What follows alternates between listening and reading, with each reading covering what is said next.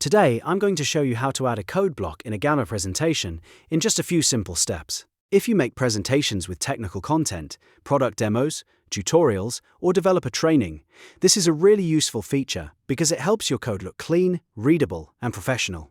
And before we jump in, if this video helps you out, please hit the like button, subscribe to the channel, and turn on notifications so you don't miss more quick software tutorials. Alright, let's get started. First, log into Gamma and open the presentation you want to edit. Once your presentation is open, find the card where you want the code to appear. Click directly inside that card so your cursor is active in the right spot. This is important because Gamma will add the code block wherever your cursor is placed. Next, go to a blank line and type /code.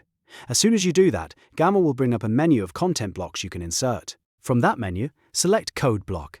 This tells Gamma that you want to add a formatted section specifically for code, instead of regular text. After the code block appears, paste your code into the block. You can paste in Python, JavaScript, HTML, CSS, or any other snippet you want to display in your presentation. Then look in the corner of the code block and choose the correct programming language. Selecting the right language is what enables syntax highlighting, which makes the code easier to read and much more polished. If you're presenting to an audience, this also helps them quickly understand the structure of the code without getting lost in plain text.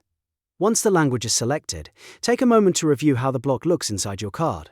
If needed, you can adjust the surrounding text or layout so everything fits nicely on the slide. That's it.